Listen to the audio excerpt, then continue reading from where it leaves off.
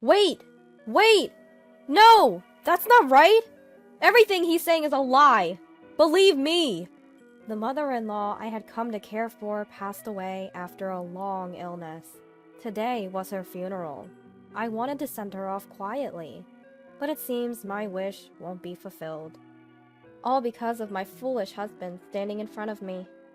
I took a deep breath and said to my husband, "Go to hell!" My name is Tiffany, a 40-year-old housewife. I met my husband Daniel through a friend when I was 30. We've been married for 10 years, but we don't have any children. 2 years into our marriage, we found out that I had difficulty conceiving. Because of this, I once suggested divorce to my husband. I don't care if we don't have kids. My desire to be with you won't change. Those words meant the world to me. My husband's family consisted of mother-in-law Ellen and brother-in-law David, who was 2 years older than my husband. I heard that the father-in-law had died in an accident when my husband was in middle school. After father-in-law's death, mother-in-law raised my husband and brother-in-law by herself. The first time we met, she expressed her relief. I'm at ease now, knowing Daniel's with someone dependable. Back in the day, he was quite the handful. She told me, and it was a comforting thing to hear. On our way home from my husband's childhood home, I asked with a laugh, "Was Daniel really a handful?" "Not at all. It was David who was the wild one. I was much better behaved." True to his word, brother-in-law is wild. Or rather, at his age, such words don't fit him anymore. To put it badly, he's a good-for-nothing. And I despise this brother-in-law. Of course, there's a reason for that. Brother-in-law lives with mother-in-law in the family home, but he hardly ever comes home. It seems he hops from friend's house to friend's house, and the only reason he comes back is for one thing. "Mom, can you lend me some money? $300. No, $200 will do." He demands money from mother-in-law, and when he runs out, he returns home, over 30 years old, without a steady job, living off day labor and part-time work. Additionally, he seems to have a liking for gambling, always complaining, I have no money." The first time we met, brother-in-law was quite rude to me. When he heard about where I worked, he pulled out his mobile phone, and after looking it up, said, "Wow, decent salary, huh? Daniel, you found yourself a good one." With a sleazy laugh. I could only offer a wry smile, and nearby, mother-in-law scolded. "How dare you be so rude to someone you've just met? Go away." Afterward, both mother-in-law and my husband apologized profusely. I guess they both have their troubles with brother-in-law. That was my impression. By the way, brother-in-law is also quite disliked by my parents. At a family dinner, despite the fact that my husband and I were paying, he said, "Free food and free booze. Don't mind me," and helped himself to beer more times than I could count. "Enough!" Mother-in-law shouted, but he didn't listen, leaving my parents and me smiling through gritted teeth. Of course, the bill was astronomical. Mother-in-law insisted on paying their part, but given the situation, my husband and I refused. Friends and family have often expressed concern, suggesting I reconsider the marriage. But my feelings never wavered. I was very fond of my husband Daniel, and while I thought the worst of brother-in-law, mother-in-law was a very kind person.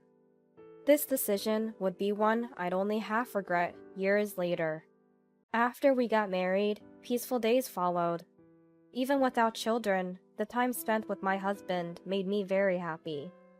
Brother-in-law was still the same, but at that time, he hadn't yet started asking us for money or causing trouble. But then, something happened that would disrupt our lives.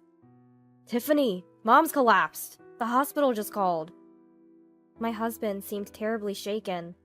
I calmed him over the phone and rushed to the hospital. After hearing the explanation from the doctor, we were both stunned. Mother-in-law had suffered a cerebral hemorrhage, resulting in paralysis on the left side of her body.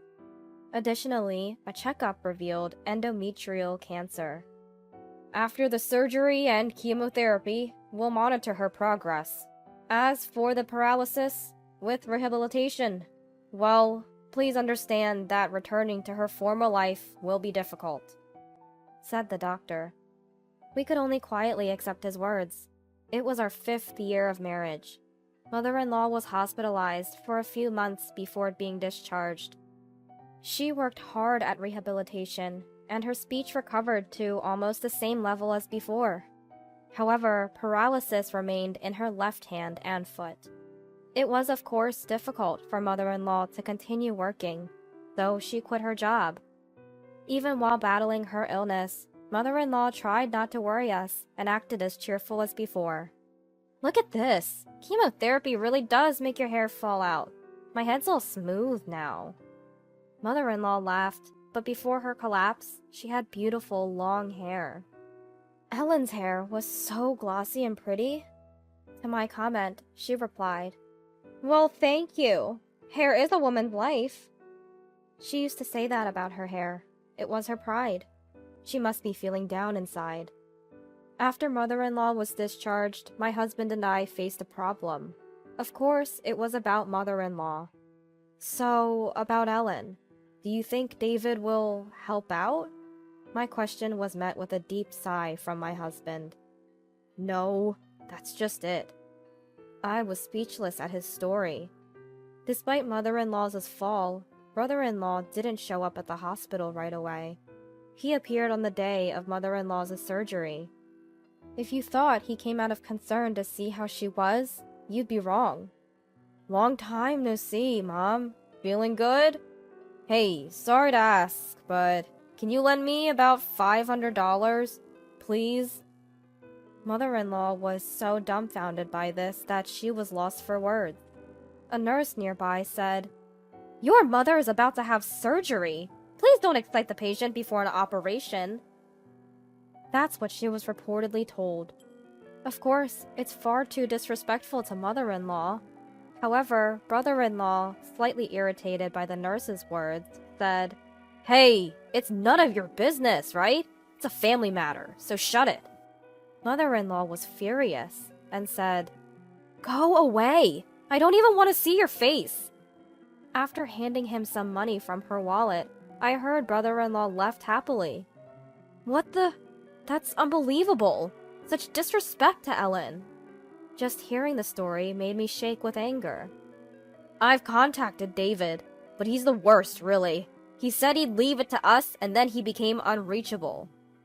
I had always thought brother-in-law was the worst, but this was beyond belief. I had a headache. Which is why, Tiffany, I have a favor to ask. Can we live with my parents? I want to take care of Mom. Of course, I'll help too. He said, if mother-in-law had been a difficult person and we didn't get along, honestly, I might have hesitated to live together.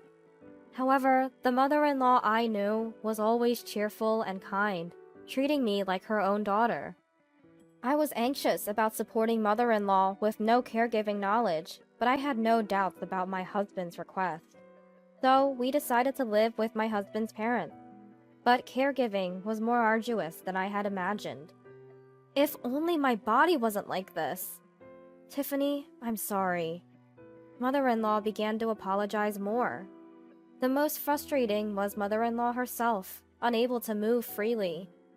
My husband became more irritable after we started living together.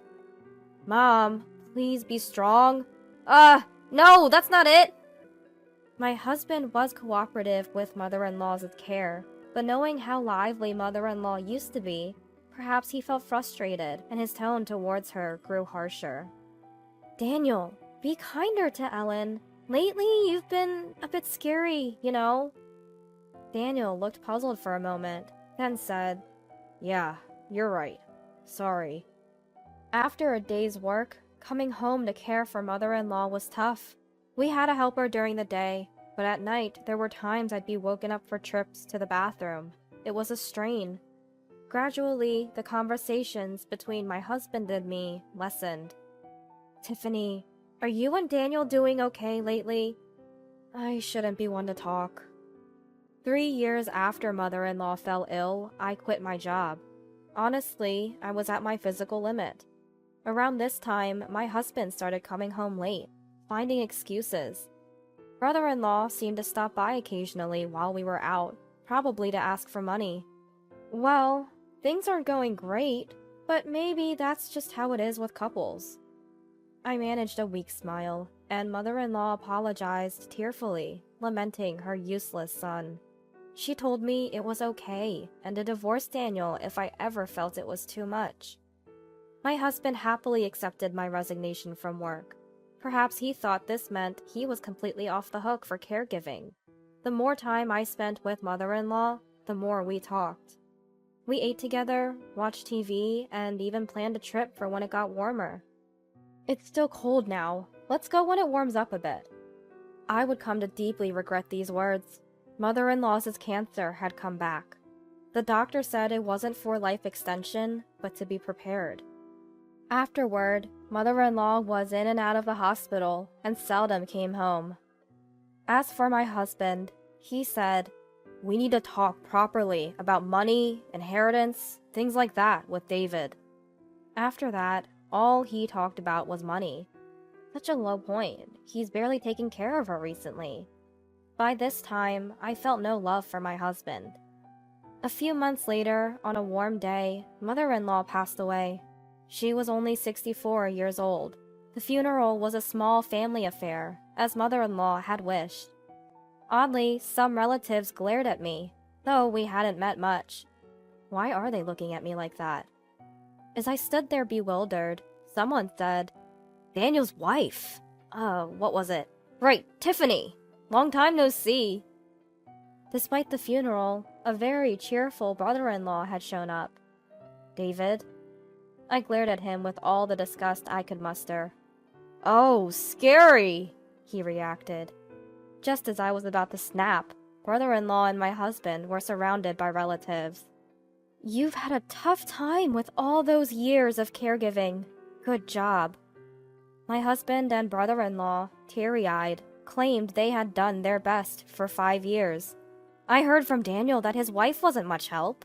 He could only support financially. Sorry about that. The relatives looked at me as if I were something unpleasant. Ah, I see. Both brothers are truly the worst. Noticing my stare, my husband and brother-in-law looked worried, as if it were bad to be overheard. "No. Well, I reached my breaking point at their irresponsible laughter. "Ha! These two providing care? They've hardly been home recently. How dare you say that? Are you stupid?" My outburst stirred the relatives. "What's going on? Your story doesn't match up. Let's hear the full story, Tiffany." It was mother-in-law's brother who approached me. I remembered my husband once said that he was quite intimidating when angry. Brother-in-law and my husband both seemed to dread him, the most formidable among the relatives. Daniel was cooperative with caregiving at first, but gradually he became harsher with his mother. And in the end, he hardly took care of her at all. To my words, the relatives glared at my husband with a gasp. In a panic, my husband said, Wait! No, that's not right! Everything she's saying is a lie! Believe me!" Most of the relatives looked at my husband with a cold gaze. Then there's David over there. He's the scum who came asking for money on the day of Ellen's crucial surgery. As my revelations continued, the relatives' faces filled with anger as they looked at the two men. They fell silent, my husband looking like he was about to cry. "Tiffany, may I have a word with you, actually?" After hearing Uncle Mike's story, I trembled with anger. After mother-in-law fell ill, my husband and brother-in-law started visiting relatives' houses, saying, "Actually, we're in a bit of a financial bind, with medical expenses and various other costs." It turned out they had been lying and receiving money.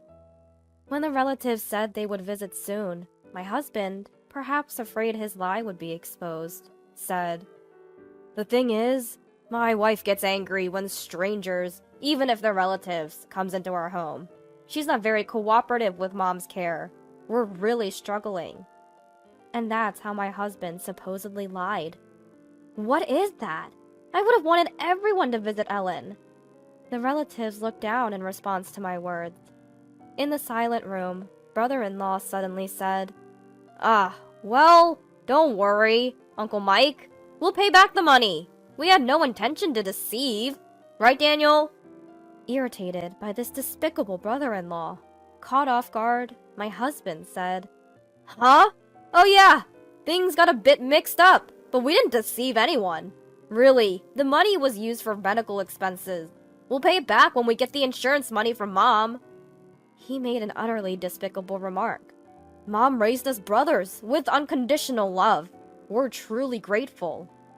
As my husband and brother-in-law pretended to be tearful, I reached my limit of anger.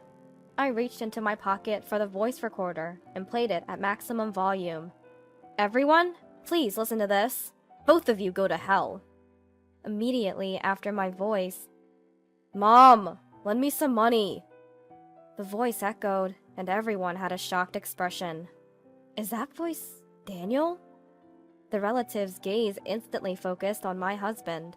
My husband had an awkward look on his face. Daniel, you were calling David the worst, but you were also asking Ellen for money, huh? Until I heard the voice recorder, I embarrassingly didn't know my husband had been demanding money from mother-in-law. What? Demand? That's not it. I just borrowed a little. My husband outrageously lost his temper. Seeing my husband making excuses about needing money for work, I looked at him dispassionately. I continued playing the recorder without care. From now on, I'll manage Mom's bank account. It'd be trouble if David found out. Hearing my husband's voice from the recorder, brother-in-law raised his voice. Hey, Daniel! What's this about? My husband stood alone, sweating. Could you explain that in more detail? My husband was sweating alone. Can you explain that in more detail? Asked my husband's uncle. I handed him the voice recorder without a word. Each playback brought the voices of my husband and brother-in-law demanding money from mother-in-law, sometimes even uttering abuses. At this rate, you can't even use the money with such a body! Even after mother-in-law's fall, their attitude remained unchanged. After the playback finished, after the recording was played through, sit down, both of you! Mike, my husband's uncle, was visibly angry. My husband and brother-in-law were trembling, perhaps out of fear. Then, my parents, who had been silent until now, spoke up. We apologize, but we will take our leave now. We cannot burden our daughter any further. We've told her many times to come back home, yet she stayed because of her concern for Ellen. Daniel, I have no intention of forgiving you. Tears came to my eyes at my father's words. Just discuss it among yourselves, said my father, as he led my mother and me away from the funeral. I felt sorry for not being there for mother-in-law's last moments, but I had no regrets, as I had spent plenty of time talking with mother-in-law during her life. I found the voice recorder in mother-in-law's room shortly before she passed. I didn't know what it was meant for, but perhaps mother-in-law had foreseen all this. That's what I thought when I heard the last words on the recorder. For Tiffany. The recording started with mother-in-law's kind voice, filled with gratitude and memories for me. I also learned that my husband and brother-in-law had been caught for theft and arrested in the past. I gave them money rather than have them cause trouble for others, she said in a sad voice. My husband's father, the late father-in-law, had been a terribly awful man, with a bad drinking habit and a fondness for gambling. Mother-in-law suffered a lot because of him. She said she felt relieved when he passed away. I thought my life would end just like that, but thanks to Tiffany, I was able to enjoy my last days. I am really grateful. Thank you. But I put Tiffany through a lot of hard times, didn't I? Thank you for marrying my foolish son, Daniel, and I'm sorry. Tears streamed down my face as I listened to mother-in-law's words on the recorder. Despite opposition from my friends and parents, I was grateful for the happy times I spent with mother-in-law. Afterward, my divorce from my husband was finalized. Later, Mike came to visit me at my parents' house. He apologized to me and my parents, and I heard that my ex-husband and former brother-in-law were now in prison. My parents were surprised, but I wasn't. It didn't seem implausible for those two despicable men. Afterward, the two brothers turned on each other, throwing blame. "Our family has caused you great trouble," Mike said, looking exhausted. The former husbands had apparently started a commotion, and the funeral staff had called the police. When the police arrived, perhaps due to their guilty conscience, they caused even more chaos. It was then discovered they were both being charged with fraud and were arrested. They were utterly despicable. Mike informed me that the funeral had concluded without further incident. It might seem strange for me to say this, but please come to visit the grave if you can. Ellen was very grateful for everything Tiffany did for her. Thank you so much. He expressed his thanks to me. Seeing Mike like that, I said, "Of course, I am also grateful to Ellen." Mother-in-law had changed her life insurance policy to make me the beneficiary. It was something I had not been informed about at all, so it was a real surprise. Before I knew it, I had turned 40. I considered looking for a new job, but then I thought about using my savings from before I was married, along with the money mother-in-law left me, to try opening a small cafe.